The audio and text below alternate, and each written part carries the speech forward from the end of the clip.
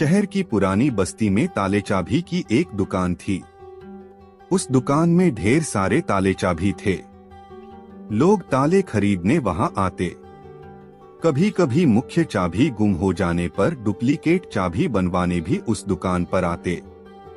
उसी दुकान में कोने में एक मजबूत हथौड़ा भी पड़ा हुआ था जो ताला तोड़ने के काम आता था, लेकिन उसका प्रयोग कभी कभार ही होता था। कोने में पड़े हथौड़ा अक्सर सोचा करता कि मैं इतना मजबूत हूँ, इतना बलशाली हूँ, इसके बाद भी इतने प्रहार झेलता हूँ, तब ही ताले को खोल पाता हूँ। लेकिन चाबी इतनी छोटी होने के बावजूद किसी भी ताले को बड़ी ही आसानी से खोल लेती हैं। ऐसा क्या है इस छोटी सी चाबी में? एक दिन जब दुकान बंद हुई तो उससे रहा ना गया। उसने चाबी से पूछ ही लिया, चाबी बहन, मैं बहुत दिनों से एक बात सोच रहा था, किंतु बहुत सोचने के बाद भी मैं किसी निष्कर्ष पर नहीं पहुंच पाया। क्या तुम मेरे एक सवाल का जवाब देकर मुझे निष्कर्ष तक पहुंचने में मदद कर सकती हो? पूछो भाई, बन पड़ा तो तुम्हारे सवाल का जवाब मैं तुम्हें अवश्य दूंगी, चाबी नम्रता से बोली।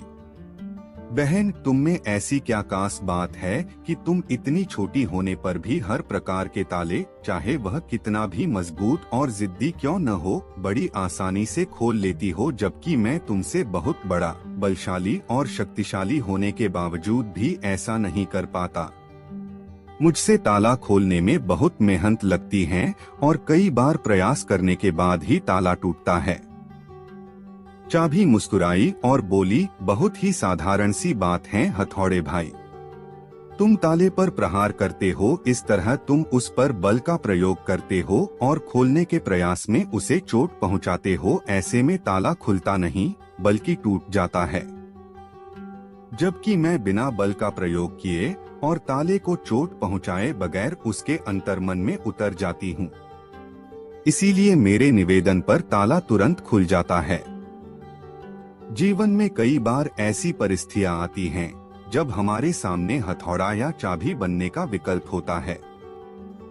किसी का दिल जीतना है तो उसे हथौड़ा बनकर जोर जबरदस्ती से नहीं जीता जा सकता, बल्कि चाबी की तरह उसके दिल में उतरकर जीता जाता है। इसी प्रकार किसी से कोई काम करवाना है तो डरा धमकाकर और जबरदस्ती दबाव डालकर भी काम करवाया जा सकता है। लेकिन ऐसे में कार्य के प्रति उत्साह और समर्पण भावना नगण्य रहेगी। यदि किसी के दिल में कार्य के प्रति समर्पण भावना जागृत कर उसे उत्साहित कर कार्य करवाया जाए तो कार्य मन लगाकर और समर्पण से किया जाएगा और ऐसे में कार्य बेहतर होगा और परिणाम भी बेहतर प्राप्त होगा। एक व्यक्ति मल्टीनेशनल कंपनी में सेल्स मैनेजर की जॉब करता था। उसने अपनी बचत से शहर के बाहर एक आलीशान मकान बनवाया। शहर के बाहर होने के कारण वह एरिया कुछ सुनसान था। वह व्यक्ति अपनी पत्नी और बच्चों के साथ अपने नए घर में रहने लगा। सुबह होते ही वह काम पर निकल जाता और देर शाम तक लौटता। सुनसान जगह इतना आलीशान मकान देखकर चोरों के एक समूह ने वहां चोरी करने की योजना बनाई। चोरी के पहले वे मैनेजर के घर के पास चक्कर मारकर उसके घर की गतिविधियों का जायजा लेने लगे। पहले ही दिन उनकी नजर मैनेजर की एक अजीब हरकत पर पड़ी। घर आने के बाद वह सबसे पहले अपने बगीचे में लगे आम के पेड़ के पास गया और अपने ऑफिस बैग से एक एक कर कुछ निकालने लगा और उसे पेड़ में कहीं डालने लगा। मैनेजर की पीठ चोरों की तरफ होने के कारण चोर ये देख नहीं पाए कि उसने अपने बैग में से क्या निकाला और पेड़ में किस जगह डाला।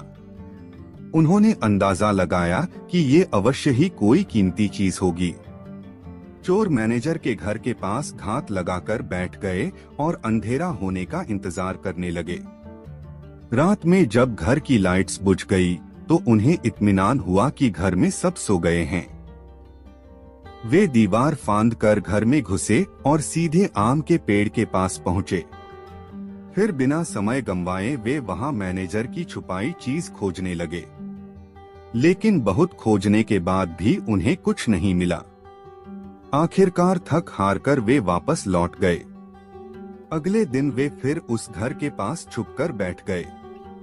मैनेजर जब ऑफिस से वापस आया तो चोरों की नजरें फिर उस पर ही गड़ गई। पिछले दिन की तरह वह सबसे पहले आम के पेड़ के पास गया और बैग से निकालकर उसमें कुछ डालने लगा। फिर वह घर के अंदर चला गया। उस रात घर की लाइट्स बंद हो जाने के बाद फिर से चोर दीवार फांद आम के पेड़ के पास पहुंचे और जी जान से उन चीजों को खोजने में लग गए जो मैनेजर ने वहां छुपाई थी। लेकिन उस दिन भी उन्हें कुछ हासिल नहीं हुआ।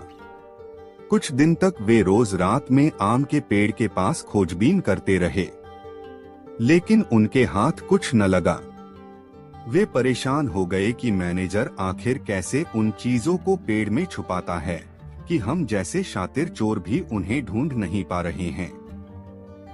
अब चोरों में चोरी करने से ज्यादा इस रहस्य को जानने की जिज्ञासा पैदा हो गई।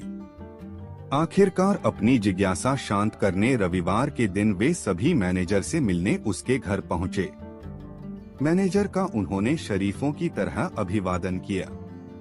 फिर चोरों का सरदार बोला, सर प्लीज बुरा मत मानिएगा, एक बात आपसे पूछनी थी। हम लोग चोर हैं। पिछले कुछ दिनों से आपके घर चोरी करने की फिराक में हैं। हम रोज देखते हैं कि आप शाम को घर आकर आम के पेड़ में कुछ डालते हैं, लेकिन लाख कोशिशों के बाद भी हम वो चीजें ढूंढ नहीं पाए। हम सब ये जानने को बेचैन हैं कि आप वहाँ चीजें कैसे छुपाते हैं कि वो मिलती नहीं हैं। चोरों की बात सुनकर मैनेजर हंस पड़ा, फिर बोला, अरे भाई, मैं वहाँ कुछ भी नहीं छुपाता। तुम लोगों को गलतफहमी हो गई है। नहीं सर, हमने देखा है। आप रोज शाम को अपने बैग में से कुछ निकालकर पेड़ में डालते हैं। आप वहाँ कुछ न कुछ तो छुपाते हैं, चोर एक स्वर में बोले। अब मैनेजर गंभीर हो गया और बोला, मैं एक मल्टीनेशनल कंपनी में सेल्स मैनेजर हूँ। काम का दबाव बहुत अधिक रहता है, जिस कारण तनाव होना लाजमी है। किसी भी हाल में टारगेट पूरा करना ही होता है। इसके लिए रोज किसी न किसी से झिकझिक होती है। कस्टमर के ताने सुनने पड़ते हैं, बॉस की डांट झेलनी पड़ती है। मानसिक तनाव इतना अधिक होता है कि घर आने पर भी नहीं जाता। पहले अक्सर मेरे तनाव को बेवजह मेरे परिवारजन झेलते थे। कुछ देर रुककर मैनेजर आगे बताने लगा, जब मैंने ये नया घर बनवाया तो सोचा कि इस घर का माहौल मैं शांतिपूर्ण रखूंगा। कभी ऑफिस का तनाव घर लेकर नहीं लाऊंगा। इसलिए घर आने के बाद मैं सबसे पहले आम के पेड़ के पास जाता हूँ और अपना पूरा तनाव एक एक कर वहाँ डाल देता हूँ। कमाल की बात यह है कि अगले दिन जब मैं वो उठाने जाता हूँ तब तक आधा तनाव तो गायब हो जाता है। जो थोड़ा बहुत बचता है उसे मैं अपने साथ ले जाता हूँ। लेकिन फिर जब शाम को घर आता हूँ तो तनाव पेड़ के पास छोड़ जाता हूँ। यही पेड़ का रहस्य है। मैनेजर की बात सुनकर चोरों को पेड़ का रहस्य समझ आया। चोरी करने में तो वे सफल नहीं हो सके, लेकिन जीवन की एक बहुत बड़ी सीख उन्हें जरूर मिली। आज के दौर में जिंदगी में सुख सुविधाओं के साधन तो बढ़ते जा रहे हैं और जिंदगी आरामदायक होती जा रही है, लेकिन कहीं न कहीं तनाव भी बढ़ता जा रहा है। अक्सर आपने देखा होगा कि लोग ऑफिस का तनाव अपने घर ले आते हैं। इस तरह वे घर पर भी सुकून से नहीं रह पाते हैं, साथ ही अपने तनाव से परिवारजनों को भी प्रभावित करते हैं। क्या हर समय तनाव का बोझ ढोना आवश्यक है? क्या इस तरह जिंदगी कुछ ज्यादा कठिन नहीं बनती जा रही? तनाव को एकदम से तो समाप्त नहीं किया जा सकता, लेकिन कम से कम घर पर परिवारजनों के साथ होने पर तो तनाव को दूर रखा जा सकता है और उनके साथ खुशनुमा पल बिताए जा सकते हैं। इसलिए जब भी घर आएं, तनाव को बाहर ही छोड़ आएं। प्राचीन समय की बात है। एक राज्य में एक राजा राज करता था। उसका राज्य खुशहाल था। धन धान्य की कोई कमी नहीं थी। राजा और प्रजा खुशी खुशी अपना जीवन यापन कर रहे थे। एक वर्ष उस राज्य में भयंकर अकाल पड़ा। पानी की कमी से फसलें सूख गई। ऐसी स्थिति में किसान राजा को लगान नहीं दे पाए। लगान प्राप्त न होने के कारण राजस्व में कमी आ गई और राजकोष खाली होने लगा। यह देख राजा चिंता में पड़ गया। हर समय वह सोचता रहता कि राज्य का खर्च कैसे चलेगा। अकाल का समय निकल गया। स्थिति सामान्य हो गई, किंतु राजा के मन में चिंता घर कर गई। हर समय उसके दिमाग में यही रहता कि राज्य में पुनः अकाल पड़ गया तो क्या होगा। इसके अतिरिक्त भी अन्य चिंताएं उसे घेरने लगी। पड़ोसी राज्य का भय, मंत्रियों का षड्यंत्र जैसी कई चिंताओं ने उसकी भूख प्यास और रातों की नींद छीन ली। वह अपनी इस हालत से परेशान था, किंतु जब भी वह राजमहल के माली को देखता तो आश्चर्य में पड़ जाता। दिन भर मेहनत करने के बाद वह रूखी सूखी रोटी भी छककर खाता और पेड़ के नीचे मजे से सोता। कई बार राजा को उससे जलन होने लगती। एक दिन उसके राज दरबार में एक सिद्ध साधु पधारे। राजा ने अपनी समस्या साधु को बताई और उसे दूर करने सुझाव मांगा। साधु राजा की समस्या अच्छी तरह समझ गए थे। वे बोले, राजन, तुम्हारी चिंता की जड़ राजपाट है। अपना राजपाट पुत्र को देकर चिंता मुक्त हो जाओ। इस पर राजा बोला, गुरुवर, मेरा पुत्र मात्र 5 वर्ष का है। वह अबोध बालक राजपाट कैसे संभालेगा? तो फिर ऐसा करो कि अपनी चिंता का भार तुम मुझे सौंप दो, साधु बोले। राजा तैयार हो गया और उसने अपना राजपाट साधु को सौंप दिया। इसके बाद साधु ने पूछा, अब तुम क्या करोगे? राजा बोला, सोचता हूँ कि अब कोई व्यवसाय कर लूं। लेकिन उसके लिए धन की व्यवस्था कैसे करोगे? अब तो राजपाट मेरा है। राजकोष के धन पर भी मेरा अधिकार है। तो मैं कोई नौकरी कर लूंगा, राजा ने उत्तर दिया। ये ठीक है, लेकिन यदि तुम्हें नौकरी ही करनी है तो कहीं और जाने की आवश्यकता नहीं। यही नौकरी कर लो। मैं तो साधु हूँ, मैं अपनी कुटिया में ही रहूंगा। राजमहल में ही रहकर मेरी ओर से तुम ये राजपाट संभालना। राजा ने साधु की बात मान ली और साधु की नौकरी करते हुए राजपाट संभालने लगा। साधु अपनी कुटिया में चले गए।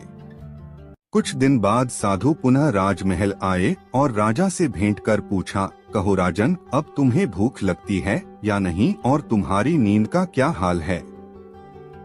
गुरुवर, अब तो मैं खूब खाता हूँ और गहरी नींद सोता हूँ। पहले भी मैं राजपाट का कार्य करता था, अब भी करता हूँ। फिर ये परिवर्तन कैसे, ये मेरी समझ के बाहर है। राजा ने अपनी स्थिति बताते हुए प्रश्न भी पूछ लिया। साधु मुस्कुराते हुए बोले, राजन, पहले तुमने काम को बोझ बना लिया था और उस बोझ को हर समय अपने मानस पटल पर ढोया करते थे। किंतु राजपाट मुझे सौंपने के उपरांत तुम समस्त कार्य अपना कर्तव्य समझकर करते हो, इसलिए चिंता मुक्त हो। जीवन में जो भी कार्य करें अपना कर्तव्य समझकर करें, न कि बोझ समझकर। यही चिंता से दूर रहने का तरीका है। एक दिन की बात है, एक बिल्ली कहीं जा रही थी। तभी अचानक एक विशाल और भयानक कुत्ता उसके सामने आ गया। कुत्ते को देखकर बिल्ली डर गई। कुत्ते और बिल्ली जन्मबैरी होते हैं। बिल्ली ने अपनी जान का कतरा सूंघ लिया और जान हथेली पर रखकर वहां से भागने लगी। किंतु फुर्ती में वह कुत्ते से कमतर थी। थोड़ी ही देर में कुत्ते ने उसे दबोच लिया। बिल्ली की जान पर बन आई मौत उसके सामने थी। कोई और रास्ता न देख वह कुत्ते के सामने गिड़गिड़ाने लगी, किंतु कुत्ते पर उसके गिड़गिड़ाने का कोई असर नहीं हुआ। वह उसे मार डालने को तत्पर था। तभी अचानक बिल्ली ने कुत्ते के सामने एक प्रस्ताव रख दिया। यदि तुम मेरी जान बख्श दोगे तो कल से तुम्हें भोजन की तलाश में कहीं जाने की आवश्यकता नहीं रह जाएगी। मैं यह जिम्मेदारी उठाऊंगी। मैं रोज तुम्हारे लिए भोजन लेकर आऊंगी। तुम्हारे खाने के बाद यदि कुछ बच गया तो मुझे दे देना। मैं उससे अपना पेट भर लूंगी। कुत्ते को बिना मेहनत किए रोज भोजन मिलने का यह प्रस्ताव जम गया। उसने इसे सहर्ष स्वीकार कर लिया, लेकिन साथ ही उसने बिल्ली को आगाह भी किया कि धोखा देने पर परिणाम भयंकर होगा। बिल्ली ने कसम खाई कि वह किसी भी सूरत में अपना वादा निभाएगी। कुत्ता आश्वस्त हो गया। उस दिन के बाद से वह बिल्ली द्वारा लाए भोजन पर जीने लगा। उसे भोजन की तलाश में कहीं जाने की आवश्यकता नहीं रह गई। वह दिन भर अपने डेरे पर लेटा रहता और बिल्ली की प्रतीक्षा करता। बिल्ली भी रोज समय पर उसे भोजन लाकर देती। इस तरह 1 महीना बीत गया। महीने भर कुत्ता कहीं नहीं गया। वह बस एक ही स्थान पर पड़ा रहा। एक जगह पड़े रहने और कोई भागा दौड़ी न करने से वह बहुत मोटा और भारी हो गया। एक दिन कुत्ता रोज की तरह बिल्ली का रास्ता देख रहा था। उसे जोरों की भूख लगी थी, किंतु बिल्ली थी कि आने का नाम ही नहीं ले रही थी। बहुत देर प्रतीक्षा करने के बाद भी जब बिल्ली नहीं आई तो अधीर होकर कुत्ता बिल्ली को खोजने निकल पड़ा। वह कुछ ही दूर पहुंचा था कि उसकी दृष्टि बिल्ली पर पड़ी। वह बड़े मजे से एक चूहे पर हाथ साफ कर रही है। कुत्ता क्रोध से बिलबिला उठा और गुर्राते हुए बिल्ली से बोला, धोखेबाज बिल्ली, तूने अपना वादा तोड़ दिया। अब अपनी जान की खैर मना। इतना कहकर वह बिल्ली की ओर लपका। बिल्ली पहले ही चौकस हो चुकी थी। वह फौरन अपनी जान बचाने वहां से भागी। कुत्ता भी उसके पीछे दौड़ा, किंतु इस बार बिल्ली कुत्ते से ज्यादा फुर्तीली निकली। कुत्ता इतना मोटा और भारी हो चुका था कि वह अधिक देर तक बिल्ली का पीछा नहीं कर पाया और थक कर बैठ गया। इधर बिल्ली चपलता से भागते हुए उसकी आंखों से ओझल हो गई। दूसरों पर निर्भरता अधिक दिनों तक नहीं चलती। यह हमें कामचोर और कमजोर बना देती है। जीवन में सफल होना है तो आत्मनिर्भर बनो। एक गांव में मेला लगा हुआ था। मेले में मनोरंजन के कई साधनों के अतिरिक्त श्रृंगार, सजावट और दैनिक जीवन में उपयोग में आने वाली वस्तुओं की अनेक दुकानें थी। शाम होते ही मेले की रौनक बढ़ जाती थी। एक शाम रोज की तरह मेला सजा हुआ था। महिला, पुरुष और बच्चे सभी मेले का आनंद उठा रहे थे। दुकानों में अच्छी खासी भीड़ उमड़ी हुई थी। उन्हीं दुकानों में से एक दुकान कांच से निर्मित वस्तुओं की थी, जिसमें कांच के बर्तन और गृह सज्जा की कई वस्तुएं बिक रही थी। अन्य दुकानों की अपेक्षा उस दुकान में लोगों की भीड़ कुछ कम थी। एक जौहरी भी उस दिन मेले में घूम रहा था। घूमते घूमते जब वह उस दुकान के पास से गुजरा तो उसकी नजर एक चमकते हुए कांच के टुकड़े पर अटक गई। उसकी पारखी नजर तुरंत ताड़ गई कि वह कोई साधारण कांच का टुकड़ा नहीं बल्कि बेशकीमती हीरा है। वह समझ गया कि दुकानदार इस बात से अनभिज्ञ है। वह दुकान में गया और उस हीरे को उठाकर दुकानदार से उसकी कीमत पूछने लगा। भाई, जरा इसकी कीमत तो बताना। दुकानदार बोला, ये मात्र 20 रुपए का है। जौहरी लालची था। वह कम से कम कीमत में उस कीमती हीरे को हथियाने की फिराक में था। वह दुकानदार से मोलभाव करने लगा। नहीं भाई, इतनी कीमत तो मैं नहीं दे सकता। मैं तुम्हें इसके 15 रुपए दे सकता हूँ। 15 रुपए में तुम मुझे ये दे सकते हो तो दे दो। दुकानदार उस कीमत पर राजी नहीं हुआ। उस समय दुकान में कोई ग्राहक नहीं था। जौहरी ने सोचा कि थोड़ी देर मेले में घूम फिरकर वापस आता हूँ। हो सकता है तब तक इसका मन बदल जाए और ये 15 रुपए में मुझे यह कीमती हीरा दे दे। यह सोच हीरा बिना खरीदे वह वहां से चला गया। कुछ देर बाद जब वह पुनः उस दुकान में लौटा तो हीरे को नदारद पाया। उसने फौरन दुकानदार से पूछा, यहाँ जो कांच का टुकड़ा था वो कहाँ गया? मैंने उसे 25 रुपए में बेच दिया, दुकानदार ने उत्तर दिया। जौहरी ने अपना सिर पीट लिया और बोला, ये तुमने क्या किया? तुम बहुत बड़े मूर्ख हो। वह कोई कांच का टुकड़ा नहीं बल्कि बेशकीमती हीरा था। मात्र 25 रुपए में तुमने उसे बेच दिया। मूर्ख मैं नहीं तुम हो। मैं तो नहीं जानता था कि वह बेशकीमती हीरा है, पर तुम तो जानते थे। फिर भी तुम मुझसे मोलभाव कर 5 रुपए बचाने में लगे रहे और हीरा बिना खरीदे ही दुकान से चले गए, दुकानदार ने उत्तर दिया।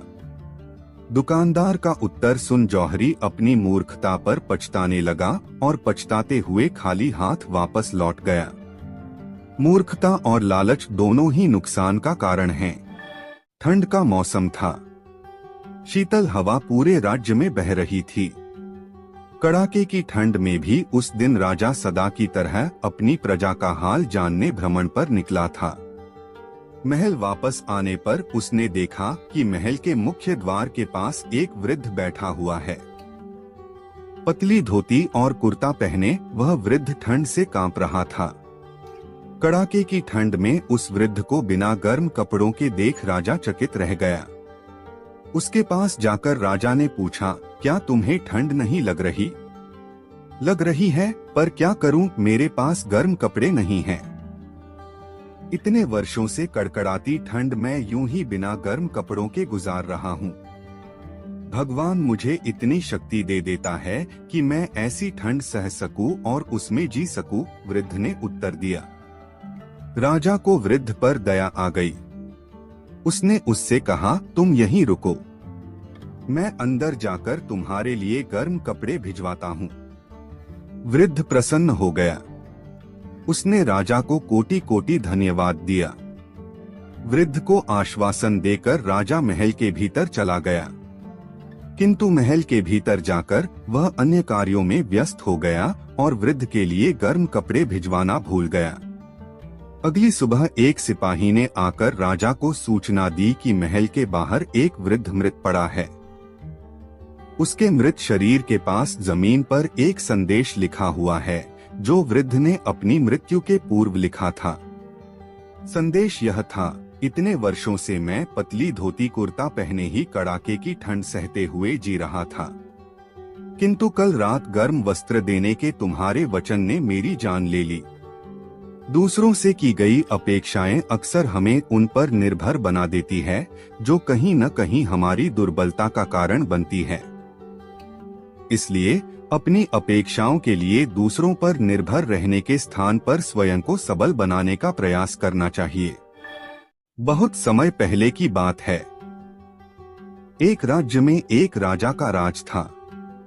वह अक्सर सोचा करता था कि मैं राजा क्यों बना। एक दिन इस प्रश्न का उत्तर प्राप्त करने के लिए उसने अपने राज्य के बड़े बड़े ज्योतिषियों को आमंत्रित किया। ज्योतिषियों के दरबार में उपस्थित होने पर राजा ने यह प्रश्न उनके सामने रखा, जिस समय मेरा जन्म हुआ, ठीक उसी समय कई अन्य लोगों का भी जन्म हुआ होगा। उन सब में मैं ही राजा क्यों बना? इस प्रश्न का उत्तर दरबार में उपस्थित कोई भी ज्योतिषी नहीं दे सका। एक बूढ़े ज्योतिषी ने राजा को सुझाया कि राज्य के बाहर स्थित वन में रहने वाले एक महात्मा कदाचित उसके प्रश्न का उत्तर दे सकें।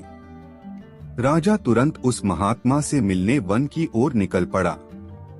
जब वह महात्मा के पास पहुंचा तो देखा कि वह अंगारे खा रहे हैं।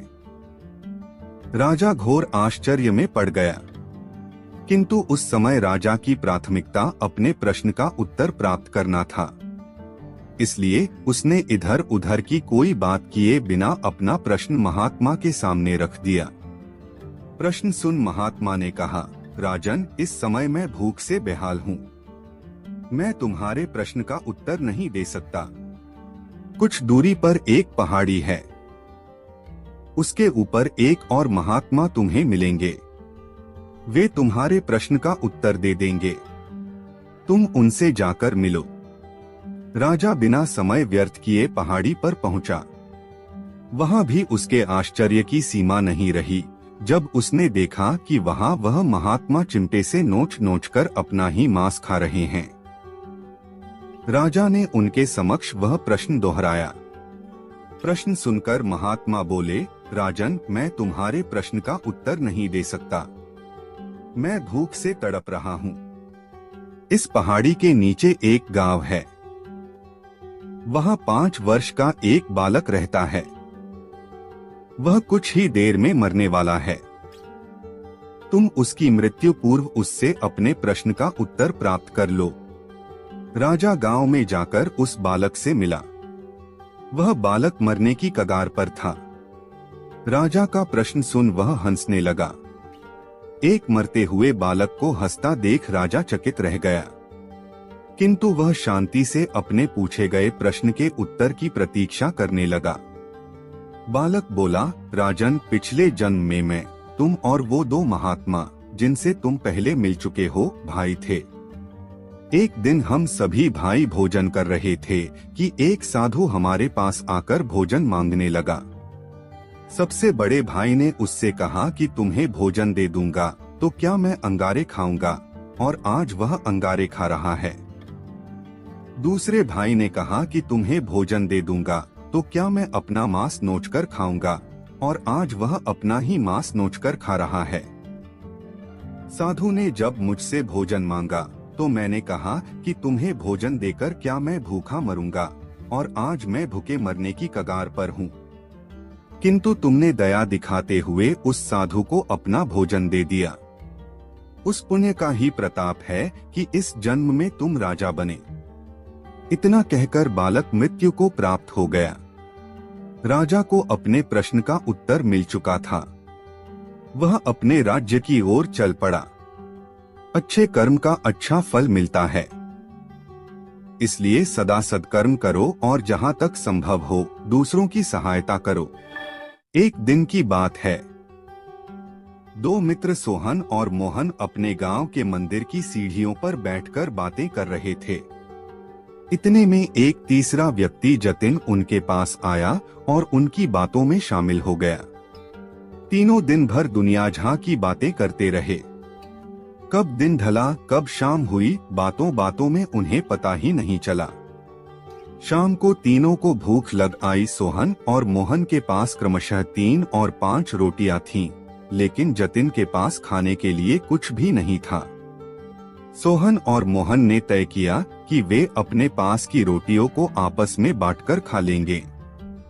जतिन उनकी बात सुनकर प्रसन्न हो गया, लेकिन समस्या यह खड़ी हो गई है कि कुल 8 रोटियों को तीनों में बराबर बराबर कैसे बांटा जाए।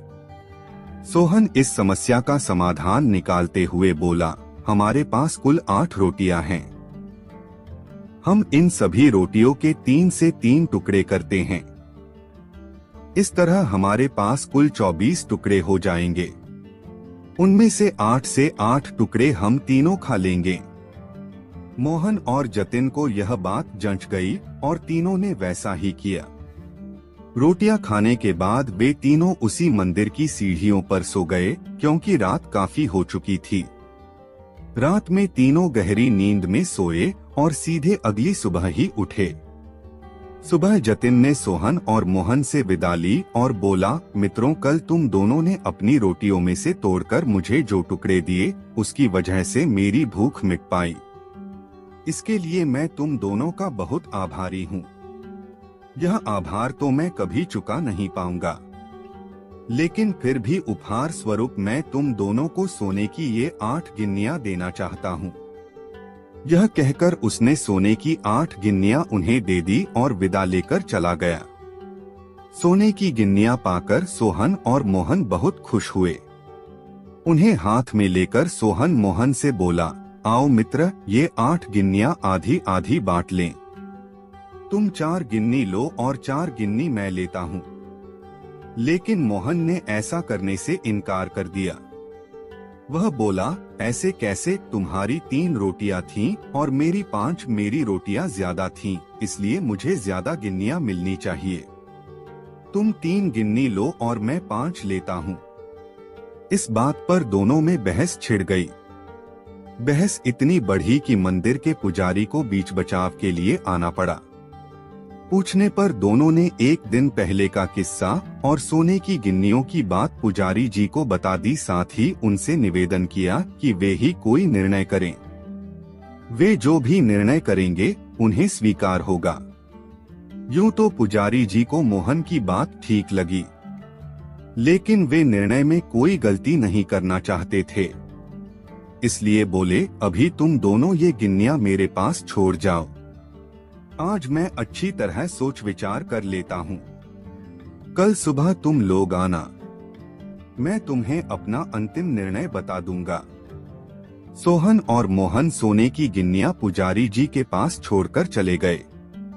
देर रात तक पुजारी जी गिन्नियों के बंटवारे के बारे में सोचते रहे, लेकिन किसी उचित निष्कर्ष पर नहीं पहुंच सके। सोचते सोचते उन्हें नींद आ गई और वे सो गए। नींद में उन्हें एक सपना आया। उस सपने में उन्हें भगवान दिखाई पड़े। सपने में उन्होंने भगवान से गिन्नियों के बंटवारे के बारे में पूछा तो भगवान बोले, सोहन को एक गिन्नी मिलनी चाहिए और मोहन को 7। यह सुनकर पुजारी जी हैरान रह गए और पूछ बैठे, ऐसा क्यों प्रभु? तब भगवान जी बोले, देखो, सोहन के पास 3 रोटियां थी जिसके उसने 9 टुकड़े किए। उन 9 टुकड़ों में से 8 टुकड़े उसने खुद खाए और 1 टुकड़ा जतिन को दिया। वहीं मोहन ने अपनी 5 रोटियों के 15 टुकड़े किए और उनमें से 7 टुकड़े जतिन को देकर खुद 8 टुकड़े खाए। चूंकि सोहन ने जतिन को 1 टुकड़ा दिया था और मोहन ने 7, इसलिए सोहन को 1 गिन्नी मिलनी चाहिए और मोहन को 7। पुजारी जी भगवान के इस निर्णय पर बहुत प्रसन्न हुए और उन्हें कोटि कोटि धन्यवाद देते हुए बोले, प्रभु, मैं ऐसे न्याय की बात कभी सोच ही नहीं सकता था। अगले दिन जब सोहन और मोहन मंदिर आकर पुजारी जी से मिले तो पुजारी जी ने उन्हें अपने सपने के बारे में बताते हुए अंतिम निर्णय सुना दिया और सोने की गिन्नियां बांट दी। जीवन में हम जब भी कोई त्याग करते हैं या काम करते हैं तो अपेक्षा करते हैं कि भगवान इसके बदले हमें बहुत बड़ा फल देंगे, लेकिन जब ऐसा नहीं हो पाता तो हम भगवान से शिकायत करने लग जाते हैं। हमें लगता है कि इतना कुछ त्याग करने के बाद भी हमें जो प्राप्त हुआ वो बहुत कम है। भगवान ने हमारे साथ अन्याय किया है, लेकिन वास्तव में भगवान का न्याय हमारी सोच से परे है। वह महज हमारे त्याग को नहीं बल्कि समग्र जीवन का आकलन कर निर्णय लेता है। इसलिए जो भी हमें मिला है उसमें संतुष्ट रहना चाहिए और भगवान से शिकायतें नहीं करनी चाहिए, क्योंकि भगवान का निर्णय सदा न्याय संगत होता है और हमें जीवन में जो भी मिल रहा होता है वो बिल्कुल सही होता है। एक समय की बात है, एक राज्य में एक राजा राज करता था। उसके महल में बहुत खूबसूरत बगीचा था। बगीचे की देखरेख की जिम्मेदारी एक माली के कंधों पर थी। माली पूरा दिन बगीचे में रहता और पेड़ पौधों की अच्छे से देखभाल किया करता था। राजा माली के काम से बहुत खुश था। बगीचे में एक अंगूर का पेड़ लगा हुआ था जिसमें ढेर सारे अंगूर फले हुए थे। एक दिन एक चिड़िया बगीचे में आई। उसने अंगूर की बेल पर फले अंगूर चखे। अंगूर स्वाद में मीठे थे। उस दिन के बाद से वह रोज बाग में आने लगी। चिड़िया अंगूर की बेल पर बैठती और चुन चुनकर सारे मीठे अंगूर खा लेती। खट्टे और अधपके अंगूर वह नीचे गिरा देती। चिड़िया की इस हरकत पर माली को बड़ा क्रोध आता। वह उसे भगाने का प्रयास करता, लेकिन सफल नहीं हो पाता। बहुत प्रयासों के बाद भी जब माली चिड़िया को भगा पाने में सफल नहीं हो पाया तो राजा के पास चला गया। उसने राजा को चिड़िया की पूरी कारस्तानी बता दी और बोला, महाराज, चिड़िया ने मुझे तंग कर दिया है। उसे काबू में करना मेरे बस के बाहर है। अब आप ही कुछ करें। राजा ने खुद ही चिड़िया से निपटने का निर्णय किया। अगले दिन वह बाग में गया और अंगूर के पेड़ की आड़ में छुपकर बैठ गया। रोज की तरह चिड़िया आई और अंगूर की बेल पर बैठकर अंगूर खाने लगी। अवसर पाकर राजा ने उसे पकड़ लिया। चिड़िया ने राजा की पकड़ से आजाद होने का बहुत प्रयास किया, किंतु सब व्यर्थ रहा। अंत में वह राजा से याचना करने लगी कि वो उसे छोड़ दें। राजा इसके लिए तैयार नहीं हुआ। तब चिड़िया बोली, राजन, यदि तुम मुझे छोड़ दोगे तो मैं तुम्हें ज्ञान की 4 बातें बताऊंगी। राजा चिड़िया पर क्रोधित था, किंतु इसके बाद भी उसने यह बात मान ली और बोला, ठीक है, पहले तुम मुझे ज्ञान की वो 4 बातें बताओ। उन्हें सुनने के बाद ही मैं तय करूंगा कि तुम्हें छोड़ना ठीक रहेगा या नहीं। चिड़िया बोली, ठीक है राजन, तो सुनो। पहली बात, कभी किसी हाथ आए शत्रु को जाने मत दो। ठीक है, और दूसरी बात, राजा बोला। दूसरी ये है कि कभी किसी असंभव बात पर यकीन मत करो, चिड़िया बोली। तीसरी बात, बीती बात पर पछतावा मत करो। और चौथी बात, राजन, चौथी बात बड़ी गहरी है। मैं तुम्हें वो बताना तो चाहती हूँ, किंतु तुमने मुझे इतनी जोर से जकड़ रखा है कि मेरा दम घुट रहा है। तुम अपनी पकड़ थोड़ी ढीली करो तो मैं तुम्हें चौथी बात बताऊं, चिड़िया बोली। राजा ने चिड़िया की बात मान ली और अपनी पकड़ ढीली कर दी। पकड़ ढीली होने पर चिड़िया राजा के हाथ से छूट गई और उड़कर पेड़ की ऊंची डाल पर बैठ गई। राजा उसे ठगा सा देखता रह गया। पेड़ की ऊंची डाल पर बैठी चिड़िया बोली, राजन, चौथी बात ये कि ज्ञान की बात सुनने भर से कुछ नहीं होता, उस पर अमल भी करना पड़ता है। अभी कुछ देर पहले मैंने तुम्हें ज्ञान की 3 बातें बताई, जिन्हें सुनकर भी आपने उन्हें अनसुना कर दिया। पहली बात मैंने आपसे ये कही थी कि हाथ में आए शत्रु को कभी मत छोड़ना, लेकिन आपने अपने हाथ में आए शत्रु अर्थात मुझे छोड़ दिया। दूसरी बात ये थी कि असंभव बात पर यकीन मत करें, लेकिन जब मैंने कहा कि चौथी बात बड़ी गहरी है तो आप मेरी बातों में आ गए। तीसरी बात मैंने आपको बताई थी कि बीती बात पर पछतावा न करें, और देखिए, मेरे आपके चंगुल से छूट जाने पर आप पछता रहे हैं। इतना कहकर चिड़िया वहां से उड़ गई और राजा हाथ मलता रह गया। मात्र ज्ञान अर्जित करने से कोई ज्ञानी नहीं बन जाता। ज्ञानी वो होता है जो अर्जित ज्ञान पर अमल करता है। जीवन में जो बीत गया उस पर हमारा कोई नियंत्रण नहीं, किंतु वर्तमान हमारे हाथों में है। आज का वर्तमान कल के भविष्य का निर्माण करेगा। इसलिए वर्तमान में रहकर कर्म करें और अपना भविष्य बनाएं।